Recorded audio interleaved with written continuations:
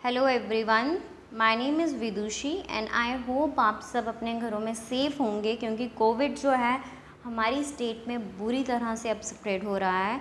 So all the necessary precautions and preventions जो government time to time हमें बताती है और हमें खुद भी आज की डेट में पता है कि हमें क्या क्या करना है इस बीमारी से लड़ने के लिए। प्लीज़ वो सब फॉलो करें ताकि हम सब सेफ़ रहें और कोविड को हम हरा सकें। So now let's start our topic computer architecture. और कंप्यूटर आर्किटेक्चर जो है आपके एग्ज़ाम पॉइंट ऑफ व्यू से बहुत ही इम्पॉर्टेंट टॉपिक है। इससे काफ़ी सवाल पूछे जा सकते हैं और यहाँ पे जब मैं कंप्यूटर सिस्टम की या उसके आर्किटेक्चर की बात कर रही हूँ तो मैं सिर्फ आपके एक नॉर्मल लैपटॉप या एक पीसी की बात नहीं हो रही। यहाँ पे आपके स्मार्टफोन्स की बात हो रही है या यहाँ आपके कैलकुलेटर्स, रिमोट्स की बात की जा रही है। ठीक है। सो ये जो आप देख रहे हैं हमारे बेसिक कंप्यूटर सिस्टम में क्या रहता है, एक प्रोसेसर रहता है, मेमोरी रहती है और आईओ यूनिट रहते हैं। सो आईओ यूनिट्स आपको पता है इनपुट आउटपुट डिवाइसेस, बचपन से आप पढ़ते आ रहे हैं। Input devices keyboard, mouse, output devices, printer, scanner etcetera. So यहाँ पे मैं उनकी डिटेल में नहीं जाऊँगी, पर येस एक सेपरेट वीडियो कीबोर्ड और प्रिंटर पे मैं ज़रूर बनाऊंगी क्योंकि प्रिंटर बहुत सारे टाइप्स के होते हैं और कीबोर्ड्स में बहुत सारी शॉर्टकट कीज़ होती हैं जो एग्ज़ाम पॉइंट ऑफ व्यू से काफ़ी इंपॉर्टेंट है। सो एक सेपरेट वीडियो इन पे ज़रूर बनेगी। देन मेमोरी की बात की जाए तो मेमोरी जो है इस पे मैं वीडियोस ऑलरेडी बना चुकी हूँ जिस पे मैंने आपको बताया है कि मेमोरी जो है प्राइमरी मेमोरी और सेकेंडरी मेमोरी होती है। देन हमारी कैश मेमोरी होती है। प्राइमरी मेमोरी को फर्दर डिवाइड किया गया है रैम रोम में फर्दर क्लासिफिकेशन है स्टैटिक डायनेमिक रैम की, रोम की फर्दर क्लासिफिकेशन है। सेकेंडरी मेमोरी बहुत सारे टाइप्स की होती है। सो ये अपने आप में बहुत बड़ा टॉपिक है जो मैं आपके साथ डिस्कस कर चुकी हूँ। यहाँ पे मेरा प्राइम फोकस इस वीडियो पे रहेगा प्रोसेसर के ऊपर। सो प्रोसेसर को अंडरस्टैंड करेंगे आज हम अच्छे से। सो प्रोसेसर जो होता है, जैसे कि आप देख रहे हैं प्रोसेसर में दो पार्ट्स रहते हैं, एक रहता है कंट्रोल यूनिट और एक रहता है एएलयू और ईएक्सी। ठीक है। अब कंट्रोल यूनिट क्या करता है, ठीक है। सो कंट्रोल यूनिट क्या करता है इससे पहले समझते हैं कि हमारे पास बेसिकली एक प्रोग्राम होता है। अब प्रोग्राम में क्या होती हैं, हमारे पास इंस्ट्रक्शंस होती हैं। अब इन इंस्ट्रक्शंस को क्या किया जाएगा, इन इंस्ट्रक्शंस को फेच किया जाएगा। ठीक है। अब इंस्ट्रक्शंस को फेच करने के बाद क्या किया जाएगा, डिकोड किया जाएगा ताकि इन्हें समझा जा सके। इंस्ट्रक्शंस को फेच करने के बाद उन्हें डिकोड किया जाएगा। अब इंस्ट्रक्शंस को फेच कर लिया, उन्हें डिकोड कर दिया, देन उन्हें क्या किया जाएगा, उन्हें रन किया जाएगा, एग्जीक्यूट किया जाएगा। तो ये एक सीक्वेंस रहती है। पहले एक प्रोग्राम में जो सेट ऑफ इंस्ट्रक्शंस हैं वो फेच की जाती हैं, देन उनको डिकोड किया जाता है, देन उन्हें रन किया जाता है और एग्जीक्यूट किया जाता है। सो कंट्रोल यूनिट यहाँ क्या करता है, कंट्रोल यूनिट क्या करेगा, आपकी इंस्ट्रक्शन को फेच करेगा। ठीक है। आपकी इंस्ट्रक्शन को फेच करेगा। इंस्ट्रक्शन को फेच करने के बाद उसे क्या करेगा, डिकोड करेगा। ठीक है। सो कंट्रोल यूनिट के पास क्या टास्क है,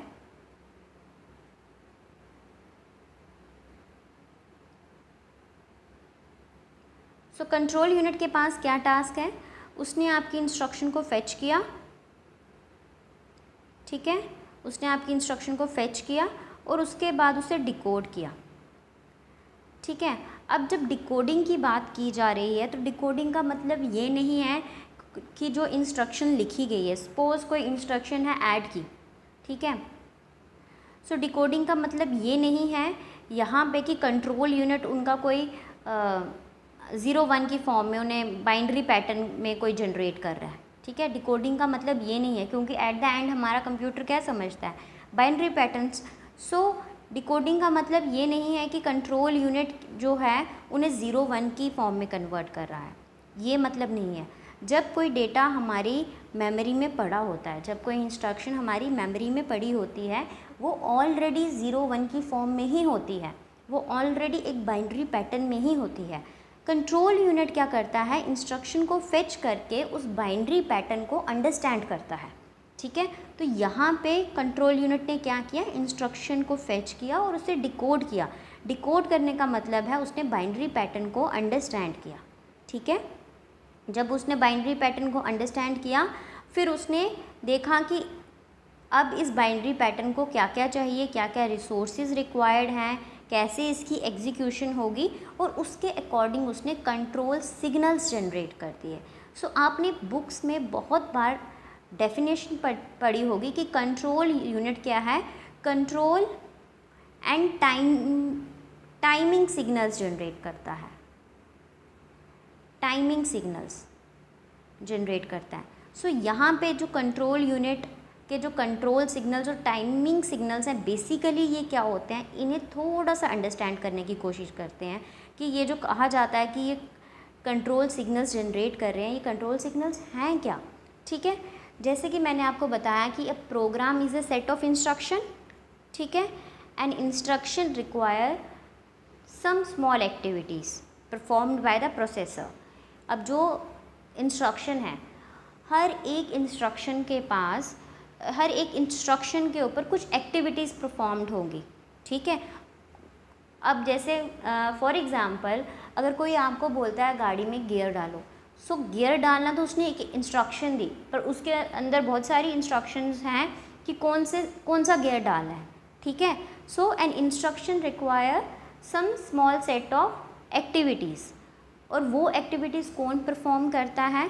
अब जो इंस्ट्रक्शन के ऊपर स्मॉल एक्टिविटीज़ परफॉर्म होनी है वो कौन करेगा, प्रोसेसर करेगा, ऑब्वियस सी बात है। और वो प्रोसेसर जो वो स्मॉल एक्टिविटीज़ करता है, जो स्मॉल एक्टिविटीज़ इंस्ट्रक्शन के ऊपर की जाती हैं, ठीक है, उन स्मॉल एक्टिविटीज़ को कहा जाता है माइक्रो ऑपरेशंस। क्या कहा जाता है, माइक्रो ऑपरेशंस।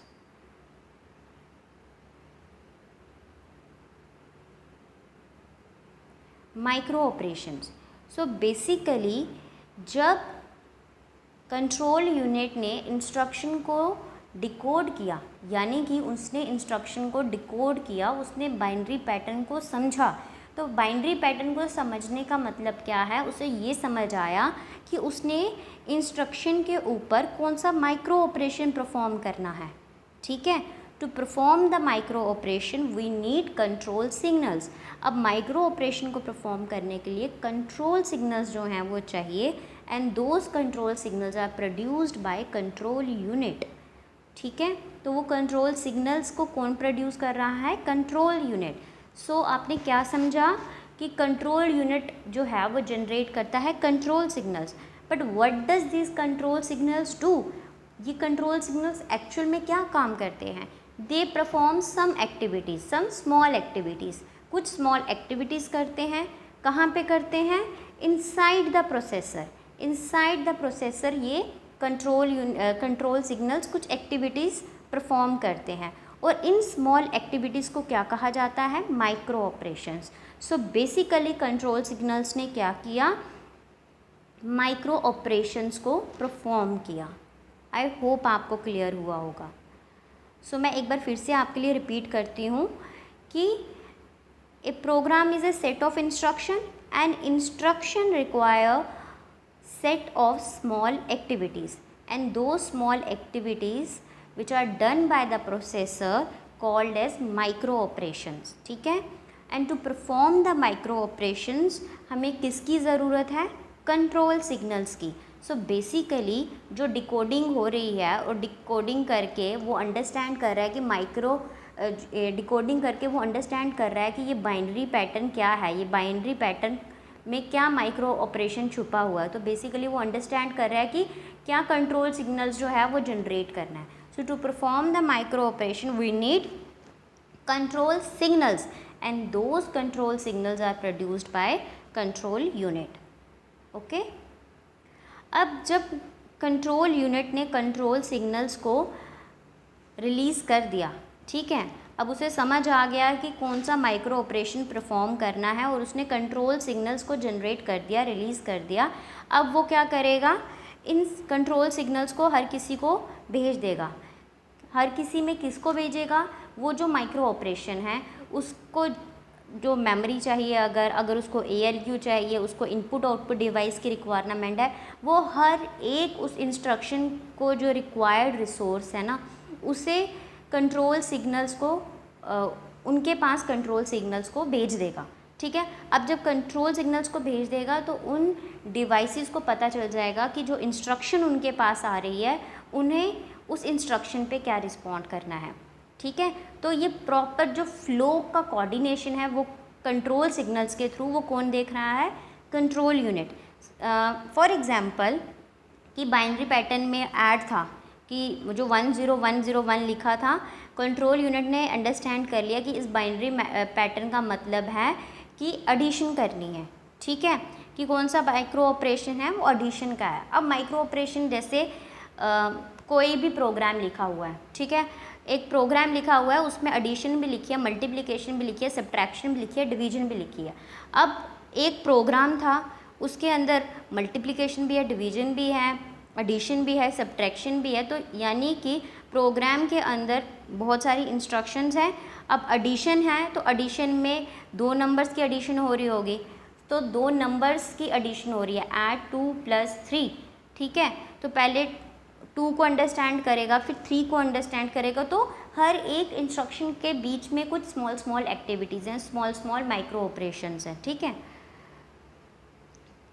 तो अब जब उसने अंडरस्टैंड किया कि कंट्रोल यूनिट ने अंडरस्टैंड किया कि एडिशन है, एडिशन करना है सपोज, ठीक है, तो वो क्या करेगा, ALU को भेज देगा कि आपने भाई क्या करना है, एक जो इंस्ट्रक्शन आ रही है उसकी एडिशन को परफॉर्म करना है। ठीक है, फिर वो भेज देगा आउटपुट डिवाइस को कि अब आपने क्या करना है, रिज़ल्ट को जनरेट करना है, डिस्प्ले करना है। मेमोरी को इंस्ट्रक्शन कंट्रोल सिग्नल भेज देगा कि आपने क्या करना है, इसको स्टोर करना है। तो इस तरह जो है कंट्रोल यूनिट पूरा फ्लो को कोऑर्डिनेट करेगा, मेंटेन करेगा। ठीक है, अब ये रही बात कंट्रोल सिग्नल्स की। अब कंट्रोल सिग्नल्स के अलावा जो है हमारा कंट्रोल यूनिट टाइमिंग सिग्नल्स को जनरेट करता है।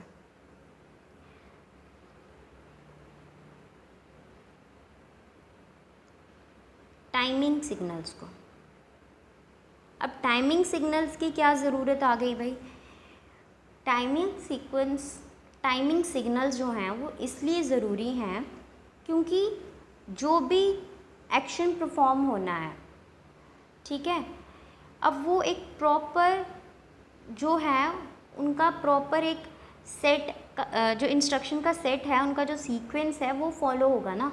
अब जैसे कोई आपको बोलता है कि आपने कार चलानी है, तो सबसे पहले आप कार स्टार्ट करेंगे, क्लच प्रेस करेंगे, फिर गियर डालेंगे, राइट। तो आपने एक प्रॉपर सीक्वेंस फॉलो की। आप ऐसा तो नहीं है कि आप पहले गियर डालेंगे फिर क्लच प्रेस करेंगे, ऐसा तो नहीं है। सो कौन सा पहले काम करना है, कौन सा बाद में काम करना है, हर एक की टाइमिंग जो है वो बहुत इम्पॉर्टेंट है। सो कौन से टाइम पे कौन सा एक्शन परफॉर्म करना है, कौन से टाइम पे कौन सा एक्शन परफॉर्म करना है, ये सबको कौन ध्यान देता है, टाइमिंग सिग्नल्स। ठीक है, तो इसीलिए टाइमिंग सिग्नल्स हमारे बहुत इम्पॉर्टेंट रहते हैं। सो हमने समझ लिया कंट्रोल यूनिट क्या करता है, हमारी इंस्ट्रक्शंस को फेच करता है और डिकोड करता है। डिकोडिंग का मतलब हमने समझा कि वो अंडरस्टैंड करता है कि वो जो बाइनरी पैटर्न आ रहे हैं उनका मीनिंग क्या है, उन पे कौन से माइक्रो ऑपरेशंस परफॉर्म होने हैं और क्या कंट्रोल सिग्नल्स जनरेट होने हैं। जब कंट्रोल सिग्नल्स जनरेट होंगे तो वो कंट्रोल सिग्नल्स हर एक जो उस डिवाइस उस इंस्ट्रक्शन से रिक्वायर्ड रिसोर्स होंगे उनके पास जाएंगे और उन्हें पता चलेगा कि उन्होंने उस इंस्ट्रक्शन पे कैसे रिस्पॉन्ड करना है। ठीक है, और उसके बाद मैंने आपको बताया टाइमिंग सिग्नल्स होते हैं। टाइमिंग सिग्नल्स का मतलब है कि हर एक टाइम पे क्या एक्शन परफॉर्म करना है, कौन सी इंस्ट्रक्शन पहले परफॉर्म करनी है, कौन सी बाद में। सो कंट्रोल यूनिट ने कंट्रोल और टाइमिंग सिग्नल्स को प्रोड्यूस किया। देन उसके बाद ALU की बात करते हैं, ALU और execution unit. So ALU means arithmetic and logic unit. तो arithmetic and logic unit means कि आपके जितने भी अर्थमेटिक और लॉजिकल ऑपरेशंस हो रहे हैं, जैसे नाम से ही पता चल रहा है, जितना मल्टीप्लिकेशन, एडिशन, सब्ट्रैक्शन, डिवीजन आपका हो रहा है, लॉजिकल ऑपरेशन हो रहे हैं, ग्रेटर देन, लेस देन वगैरह वगैरह। सो ऐसे सारे ऑपरेशन जो हैं वो कौन हैंडल कर रहा है, अर्थमेटिक एंड लॉजिकल यूनिट।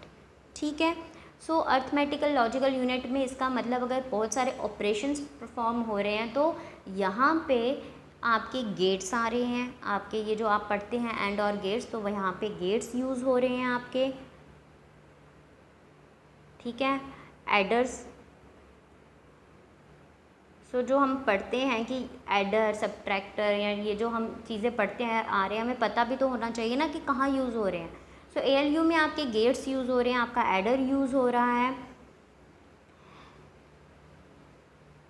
सो यहाँ पे आपके गेट्स, आपके एडर्स वगैरह यूज़ हो रहे हैं। मैं एडर पे बार बार इसलिए एम्फसाइज़ कर रही हूँ क्योंकि जो बेसिक यूनिट है ना, एक बेसिक सर्किट है, वो एडर ही प्रोड्यूस करते हैं। एडर के ऊपर ही थोड़ी सी छेड़छाड़ करके सब्ट्रैक्टर जनरेट किया जाते हैं। एडर में हम क्या करते हैं, अगर इलेक्ट्रॉनिक्स के स्टूडेंट्स होंगे उन्हें पता होगा कि एडर में कुछ नहीं होता, हम नंबर्स को कॉम्प्लीमेंट करके फिर उनका एडिशन ही कर रहे हैं। ठीक है, अब अगर हम मल्टीप्लिकेशन भी करते हैं तो बेसिकली हम देखा जाए तो कंप्यूटर के अंदर वो एक एडिशन ही हो रही होती है, राइट। तो जो बेसिक सर्किट परफॉर्म हो रहा होता है वो एडर्स का होता है। सो यहाँ पे ALU ने सारे arithmetic and logical operations perform किए with the help of gates and adders. फिर IO यूनिट्स का आपका रोल पता है। सो यहाँ पे मैं आपको एक इम्पॉर्टेंट बात जो मैं बोलना भूल गई, दैट इज़ रजिस्टर्स। मैंने आपको मेमोरी हायरार्की में पढ़ाया था कि रजिस्टर्स होते हैं। अब वो रजिस्टर्स यहाँ पे यूज़ होते हैं हमारे प्रोसेसर में। अब वो रजिस्टर्स जो थे, मैंने आपको बताया था, बड़ी ही हाई स्पीड की टेम्परेरी मेमोरी होती है। ठीक है, अब जो रजिस्टर्स होते हैं, आपको सिर्फ इतना पता होना चाहिए कि रजिस्टर्स जो हैं यहाँ पे हमारा रोल प्ले करते हैं, बहुत ही इम्पॉर्टेंट। और रजिस्टर्स जो हैं बहुत सारे टाइप्स के होते हैं। हालांकि रजिस्टर की इतनी इन डेप्थ में क्वेश्चंस नहीं पूछे जा सकते एग्ज़ाम्स में, यहाँ पे जो JK SSB के या कोई ऐसे एग्ज़ाम्स होंगे, बट स्टिल हमें नॉलेज होनी चाहिए कि रजिस्टर्स क्या होते हैं। टेम्परेरी स्टोरेज होते हैं, बहुत फास्ट होते हैं, और रजिस्टर का साइज़ जो होता है प्रोसेसर टू प्रोसेसर वेरी करता है। ठीक है, अब यहाँ पे जो ALU है ना, ALU के पास जिस रजिस्टर को मेनली यूज़ किया जाता है दैट इज़ एक्यूमुलेटर। जो ALU में रजिस्टर रहता है उसे बोला जाता है एक्यूमुलेटर, ACCUMULATOR, एक्यूमुलेटर।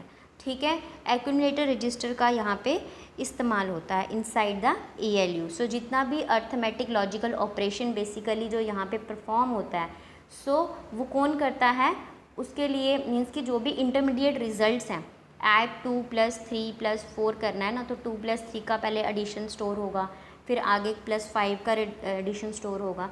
सो ALU में जो इंटरमीडिएट रिजल्ट्स हैं, जो हमारे रजिस्टर का यूज़ होता है, डैट इज़ एक्यूमुलेटर। ठीक है, वैसे ही जब आपका यहाँ पे डेटा फेच हो रहा था, ठीक है, तो डेटा फेच होके कहीं तो स्टोर होगा ना, तो वो वहाँ पे कौन सा रजिस्टर यूज़ हो रहा था, इंस्ट्रक्शन रजिस्टर, IR। ये मैं आपको एक्स्ट्रा नॉलेज दे रही हूँ यहाँ पे।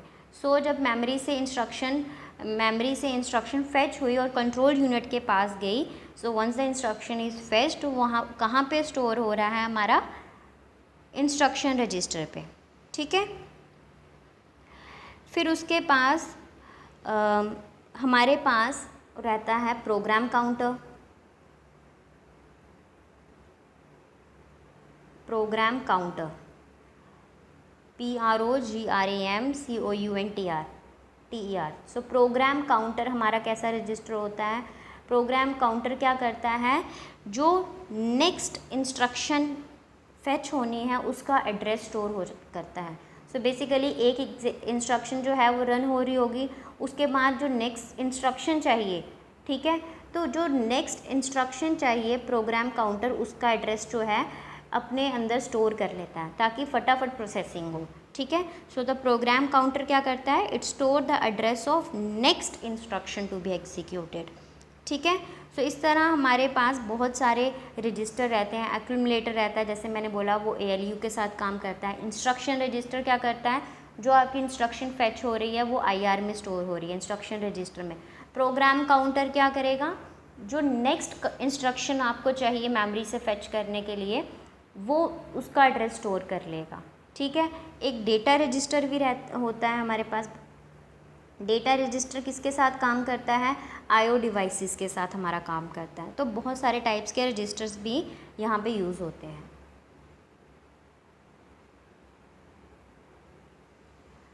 अब फटाफट ये पढ़ लेते हैं जो मैंने आपको अभी तक बताया। The control unit, the basic functionality of control unit is to fetch the instruction stored in the main memory, identify the operation and devices involved in it and accordingly generate the control signals. तो मैंने आपको बताया कि क्या करेगा, control signals generate करेगा।